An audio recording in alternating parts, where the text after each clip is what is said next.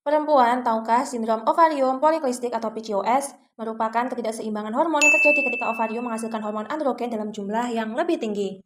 Seperti apa kata dari ahli tentang PCOS? This is a common syndrome that affects around 10% of women in their reproductive years. However, most women that have it don't actually realise until they start to embark on that journey of trying to conceive. Let's take a look at PCOS and ovulation induction, which is a common treatment. Polycystic ovarian syndrome is a prevalent disorder that can affect many parts of a woman's body. It can have implications both short-term and long-term. It can affect your reproduction, your hormone, your cardiovascular, your dermatological, your metabolic, and your psychological state. PCOS has a range of signs and symptoms which are involved in the diagnosis. There is a certain set of criteria which need to be met for that diagnosis. Women need to have 2 of the 3 diagnostic criteria to be diagnosed with PCOS. The first one is oligo or amenorrhea, which is essentially just irregular menstrual cycle. An irregular menstrual cycle is defined as one which is less than 21 days or more than 35 days.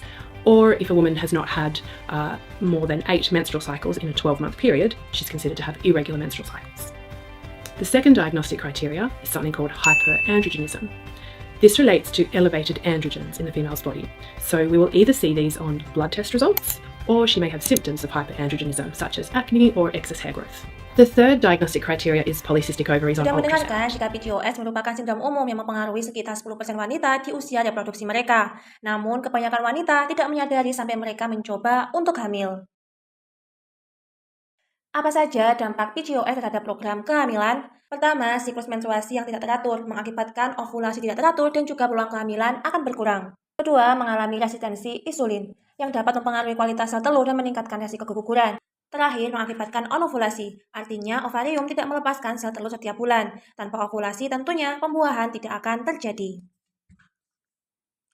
Berikut beberapa tanda-tanda sindrom ovarium polikistik atau PCOS. Pertama, wanita mengalami menstruasi tidak teratur. 2. Pertumbuhan rambut di tempat yang tidak diinginkan atau hirsutism.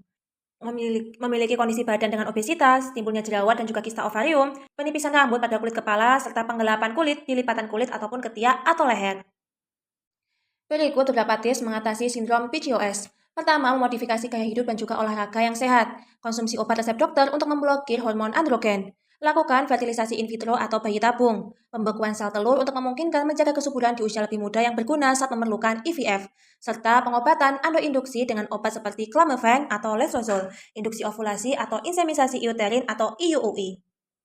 Jadi, bagaimana para calon ibu? Tentunya PCOS akan mempersulit kehamilan dan meningkatkan risiko komplikasi kehamilan tertentu. Penting untuk berkonsultasi dengan dokter dan membuat rencana untuk mendukung kesehatan mom dan juga perencanaan kehamilan yang matang. Stay healthy pregnancy with us. Thank you for trusting Ausazon.